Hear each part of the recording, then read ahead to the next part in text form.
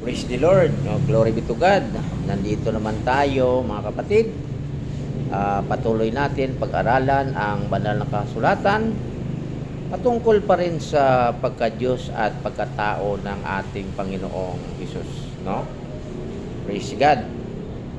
Atin ngayon balikan ang huli nating binasa, no? Nung nakaraan natin na pangangaral ng salita ng Diyos dito sa Hebreo sa 19, no? Idiretso natin ito sa 10.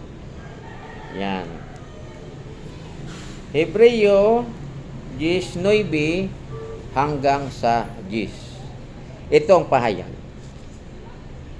Saka sinabi niya, narito ako'y pumarito upang gawin ang iyong kalooban. Inalis niya ang una upang maitatag ang ikalawa. Sa kaloobang yaon, tayo'y pinagbaging banal sa pamagitan ng pagkahandog ng katawan ni Kristo na minsan magpakailanman. Yan ang sabi sa Biblia.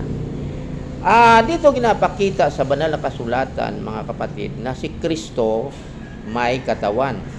Sapagkat sa pagparito niya dito sa sanlibutan, mayroong katawan inihanda sa kanyang Ama, no? Sapagkat siya ay espiritu, wala pa siyang katawan. Purihin natin ang Panginoon. Ngayon sabi dito, sa binasa natin sa 10, sa kaloobang yaon, tayo'y pinagpaging banal sa pamagitan ng paghahandog ng katawan ni Kristo na minsan magpakailanman. Itong katawan ni Kristo inihandog, no? Purihin natin ang Panginoon sapagkat yan ang inaalay upang ang ating mga kasalanan ay mapatawad at ang ating kasalanan ay pinawi ng Diyos at tayo ay may kaligtasan, no? Sa pamagitan ng katawan ni Kristo. Praise God. Yan. Sinabi ko na nung nakaraan pa na sa ating pinag-aralan na ang katawan yan ang tao, no? Praise God. Purihin natin ang Panginoon. At yung espiritu, na siya ang Kristo, yan ay Diyos, no? Sa pagiging anak ng Diyos. Purihin natin ang Panginoon. Alamin pa natin sa banal na kasulatan, mga kapatid, sa Kolosas, no? Kolosas 2:9, no? Itong mabasa natin, purihin natin ang Panginoong Diyos. Sa Kolosas 2:9. Sabi dito, sapagkat sa kaniya'y nananahan ang buong kapuspusan ng pagka-Diyos sa kahayagan ayon sa laman. Yan. Praise God. Glory be to God. Anong sabi? Sa binasa natin, sapagkat sa kaniya'y nananahan ang buong kapuspusan ng pagka-Diyos. Yung espiritu ni Kristo. O na siya ang Kristo, yan ay nananahan sa katawan. Purihin natin ang Panginoon. Diyos yun, mga kapatid. Sapagkat ang sabi sa binasa natin, no, maliwanag na sabi, nananahan ang buong kapuspusan ng pagka-Diyos sa kahayagan ayon sa laman. Praise the Lord. Glory be to God, mga kapatid. Yan. At dumating ang panahon na itong katawan dapat ito mamatay, no? Sapagkat na hula na sa banal na kasulatan na itong katawan ni Kristo, no, itong Hesus, yan ay mamatay at muling mabuhay. Purihin natin ang Panginoong Diyos. No, nakasulat na sa banal na kasulatan. Praise God. At natupad na ang katawan ay namatay. Kasi yung namatay sa cross, yun ang tao. Yun ang katawan. Kasi espiritu hindi yan mamatay eh. Yung katawan ang namatay. Purihin natin ang Panginoon. Praise God. Kasi ang Diyos, hindi yan mamatay. Ang Diyos, hindi walang kamatayan. Kaya yung namatay, yung ang katawan. No? Purihin natin ang Panginoon. Katawan ni Kristo, yung namatay. Hindi espiritu kasi ang Kristo ang namatay, kundi ang katawan. Kaya ang Diyos, sa nasabi ko na, walang kamatayan. Praise God. Tingnan natin sa unang Korinto, no, sabi na Apostol Pablo, praise the Lord, no? Nakasulat na eh. Nakahula na sa banal na kasulatan na sa pagpunta dito no, ni Kristo sa sanlibutan, yan, mayroong katawan na inihanda sa Kanya, yang katawan yan ang mamatay. Praise the Lord. Sabi dito, sapagkat ibinigay ko sa inyo una sa lahat ang aking namang tinanggap na si Kristo ay namatay dahil sa ating mga kasalanan ayon sa mga kasulatan. At siya'y inilibing at siya'y muling binuhay ng ikatlong araw ayon sa mga kasulatan. Nakasulat na ng Kristo mamatay, yung katawan ni Kristo yung mamatay. Inihandog eh. Na sa binasa natin kanina, no? Sa Hebreo, sa 10, ang sabi, sa kaloobang yaon, tayo'y pinapaging banal sa pamagitan ng pagkahandog ng katawan ni Kristo na minsan magpakailanman. Yan ang inihandog, yung katawan ni Kristo, yung namatay doon sa cross. Purihin natin ang Panginoong Diyos. Yan.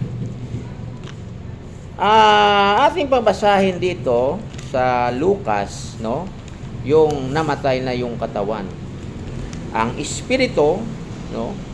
Tinagubilin doon sa Ama. Praise God. Glory be to God. Tingnan natin sa Lucas, no? Lucas sa 23:46. Purihin natin ang Panginoon. Sabi dito, at si Jesus na sumigaw ng malakas na tinig ay nagsabi, Ama, sa mga kamay mo ay ipinagtagubilin ko ang aking espiritu. At pagkasabi nito ay nalagot ang hininga. Yan. Ang nagsalita yung laman, no? Yung Jesus, yung laman ang nagsasalita. Purihin natin ang Panginoon, no? Yan doon, ipinako sa cross, namatay ang katawan ni Kristo. Doon, inihandog ang katawan ni Kristo, no, ayon sa ating mga kasalanan upang tayo ay maligtas. Binayaran ang ating mga sala. Ang binayad, ang dugo ni Kristo. Ang dugo yung sa katawan. No, purihin natin ang Panginoon. Praise God. Na kung basahin natin yan, kung bakit namatay siya, yung katawan namatay kasi inihandog siya para sa mga kasalanan ng tao at ito ay binayaran, no? Ang ginbayad sa ating makasalanan yung dugo ni Kristo, yung kamatayan niya doon. Praise God, doon sa cross, no? Yan ang sabi sa banal na kasulatan.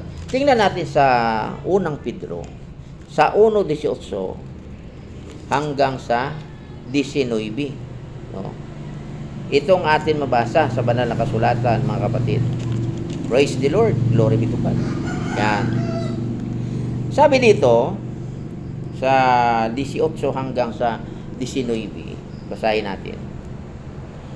Na inyong nalalamang kayo'y tinubos, hindi sa mga bagay na nangasisira ng pilak o ginto mula sa inyong walang kabuluhang paraan ng pamumuhay na ipinadama sa inyo ng inyong mga magulang, kundi lang mahalagang dugo gaya ng sa korderong walang kapintasan at walang dungis sa makatuwid bagay, ang dugo ni Kristo.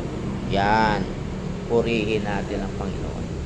Kung bakit namatay siya, no, doon sa cross, upang tayo ay mangaligtas. Binayaran ang ating mga kasalanan, ang ibayad ang dugo ni Kristo. Praise God. Bakit may dugo? Si Kristo, mayroon ng katawan. Yan, no? Mayroon ng katawan. Praise the Lord. Nagkaroon ang katawan sapagkat inihanda ng Ama ang katawan ni Kristo upang maging handog sa mga kasalanan. Ngayong katawan may dugo. Yan ang binayad, no, sa ating mga kasalanan. Purihin natin ang Panginoon. Glory be to God. Ngayon, ang sabi ng iba, kung Diyos siya, bakit nagtawag siya sa Diyos? Oo. No? Sabi niya, aking Ama, inyo Ama, aking Diyos, inyo Diyos. Yan. Di ba?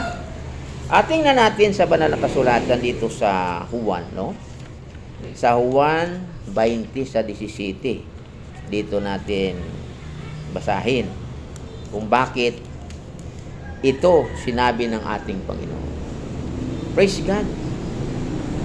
Sinabi sa kanya ni Jesus, huwag mo akong hipuin sapagkat hindi pa ako nakakaakyat sa Ama. Ngunit pumaroon ka sa aking mga kapatid at sabihin mo sa kanila, aakyat ako sa aking Ama at sa inyong Ama, sa aking Diyos at inyong Diyos. Yan, di ba mga kapatid? O ano sabi nila? Kung Diyos, bakit tumatawag siya sa Diyos? Glory be to God. Mga kapatid, ang tinatawagan niya na Diyos, ang kanyang Ama, kapagkat siya ay anak. At ang Ama, tinawag din ang anak na Diyos. Praise the Lord. Glory be to God. Yan. Gani ang anak, tumawag sa kanyang Ama na Diyos, at ang Ama, tumawag naman sa kanya, sa anak na Diyos. Anong problema dyan? Wala.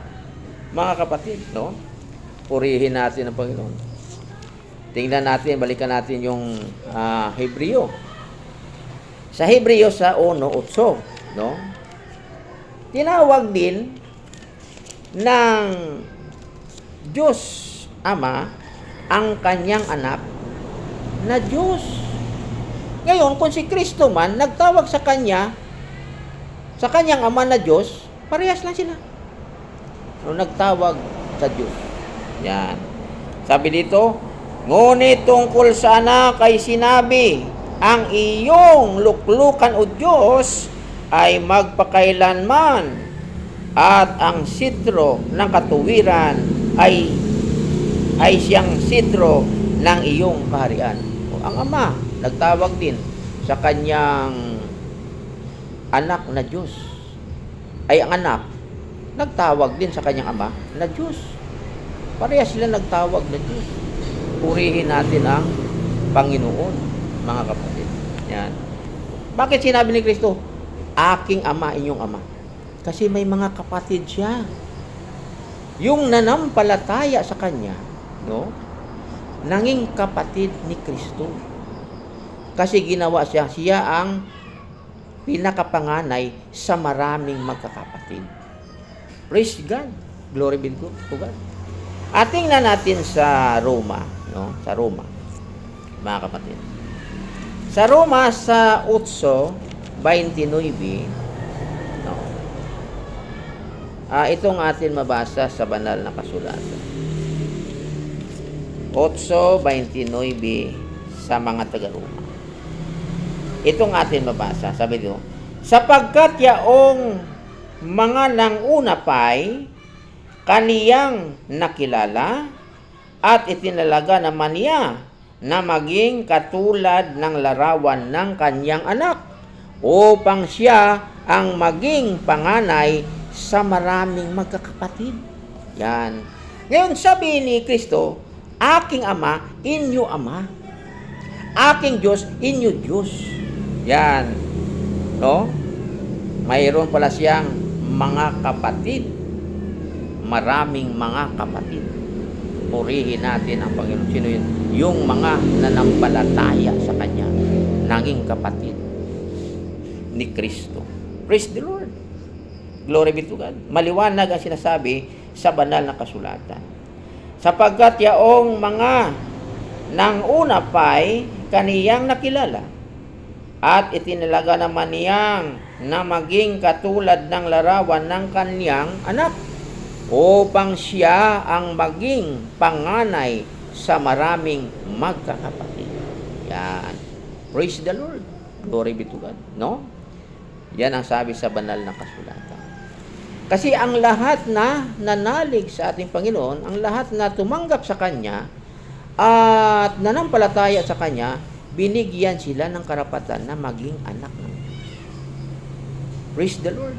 No? Naging kapatid sila ni Kristo sa laman. Purihin natin ang Panginoong Diyos. Glory be to God. Yan. Tingnan natin sa Juan. Sa sulat ni Apostol Juan sa 1:12. Yan. No? Na sinabi doon maraming mga kapatid. Praise the Lord. Yan. Sapagkat ang lahat na tumanggap sa Kanya at nanampalataya, yan, anong sabi? Ating basahin. Juan 1:12. Datapwat ang lahat ng sa Kaniya'y nagsitanggap ay pinagkalooban niya sila ng karapatang maging mga anak ng Diyos sa makatuwid bagay ang mga nagsisisampalataya sa Kaniyang pangalan. Yan. Praise the Lord. No? Marami siyang mga kapatid. Siya ang panganay sa maraming magkakapatid. Praise the Lord. No? Glory be to God. Sapagkat ang lahat na tumanggap sa Kanya at nanampalataya, binigyan ng Diyos, ng Ama, ng karapatan na magiging anak ng Diyos. Purihin natin ang Panginoong Diyos, mga kapatid. Praise God. Glory be to God. No? Yan ang sabi sa banal na kasulatan, mga kapatid. Praise the Lord. Yan. Yung katawan, yun ang namatay doon sa cross. Ang espiritu hindi mamatay. Ang espiritu na siya ang Kristo ay hindi yan mamatay sapagkat Diyos yun. Ang Diyos walang kamatayan. Ang namatay yung katawan, yun ang tao. Purihin natin ang Panginoong Diyos, mga kapatid. Praise the Lord. Glory be to God. Pasalamatan ta ang Diyos, mga kapatid, sa hapong ito. Purihin natin ang Panginoon at patuloy ninyo subaybayan itong pangangaral natin ng salita ng Diyos para mas marami tayong malalaman at maunawaan na mga katotohanan na dito sa banal na kasulatan na sinalita ng ating Panginoong Hesus Kristo. Praise God. Glory be to God. Hanggang sa muli, mga kapatid, no? Dugtungan pa natin ito sapagkat marami pang mga katotohanan na sinalita ng ating Panginoon na dapat malaman ng bawat isa. No? Ang Diyos ang magpapala sa ating lahat. Purihin ang Diyos. Praise the Lord. Glory be to God.